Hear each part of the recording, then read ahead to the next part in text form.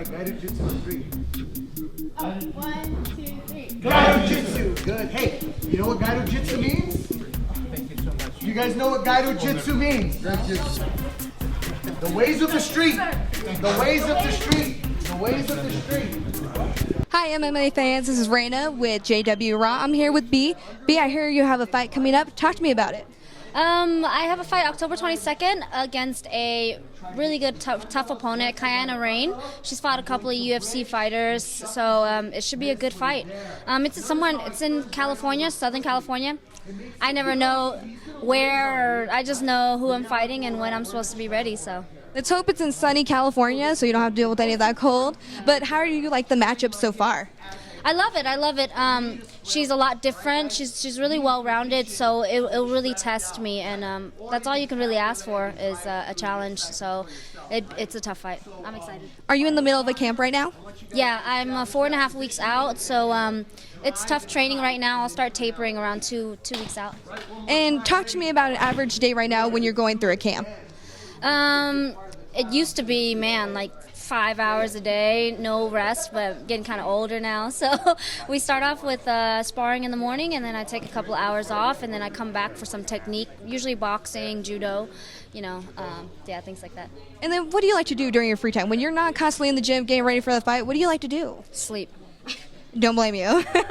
Well, we're hoping the best of luck to you, and hopefully we'll catch up with you a little bit sooner to the fight. Thank you so much, guys. Coach, we've been in this gym for about a year now. Talk about how it came to actually being the gym that it is today and that whole process. I think it's just a lot of hard work that Greg and I and all the other coaches, the great coaches that we helping Greg and I out, and all these great fighters getting together and they're putting their heads together. So even more over and above the coaching abilities is everybody's willingness to help each other, and that's kind of the underlying current of the gym. Is if you help each other, everybody gets better. If you don't help the other guy, we kind of make you feel uncomfortable and you kind of get forced out. How's it going from a smaller gym to kind of a mega gym that a lot of people would kill to fight at? Well, we've always been a pretty good, decent-sized gym, but it was small. People were getting injured. They were running into things when they were wrestling, and it's nice. It's nice that everybody wants to be here, so we can kind of pick and choose the best to come in and train with each other, the ones that have good attitudes. Again, to go back to what I was saying earlier, that way they help each other out, and the results are pretty good. And so far, I know you've touched on it briefly, how is it being in the gym? Now that it's been a whole year and you can look back on it, did you see a lot of advantages for the fighters when they have fights coming up? Oh yeah, there's no doubt about it. It's a safer training facility. We don't have as many injuries. We were having injuries before where people just, because it was so crowded, were running into each other on a double leg or on a takedown and running into the other person behind them. And that was causing knee injuries, things like that. Or it was getting too slippery, too wet. So it's cut down injuries quite a bit. I think it's brought a lot of people from the Caucasus region, other places around the world that are helping us wrestle even more, and people are better for it. Any additions that you'd like to add on to the gym? Actually, we're pretty good right now. I have people that want to talk to us all the time about having our own fitness type of facility. But at the end of the day, we just do the MMA fighting. Let people do other conditioning outside, and it's working. So we're real happy with where we're at right now. And then can you touch on your amateur program that you currently have here at the gym?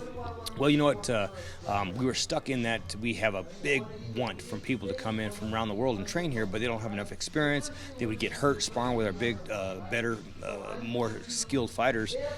So we wanted to give them the avenue. So we started the amateur program. So they still already have to have some kind of skills, but it's a better setting where they can learn those skills and then they can graduate into our advanced classes.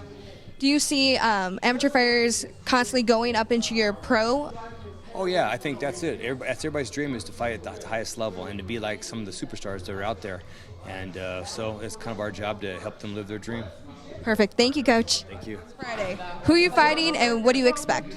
Yeah, I'm fighting RFA 44 next Friday in St. Louis. My opponent is Ken Porter, and I expect a fight. What kind of matchup? Is he more of a grappler, striker, and how do you see your game plan going to the fight?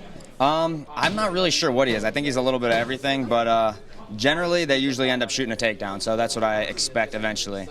And what do you ideally like to look for in a fight? Is there a certain submission? Do you want to go for the knockout? What is it that you look for? The finish, always. Whether it's grappling, striking, wrestling, I'm a mixed martial artist, well-rounded. I've been working very hard on evening out all my skills, so I'm comfortable wherever it goes. With you being so close to the fight, how does the training go from here on? Is it still intense, or is it you kind of lay off and let's see where it goes?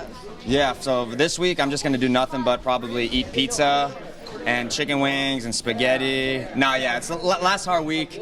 Just focusing on my weight, you know, making sure I'm lean, making sure that nothing but the best food comes in my body, and just not getting hurt. And when you're cutting weight, what is that process? I know a lot of fans are interested in how each individual person cuts it. How is the process for you? Yeah, so, you know, generally I eat pretty clean year round, so it's not too much of a change.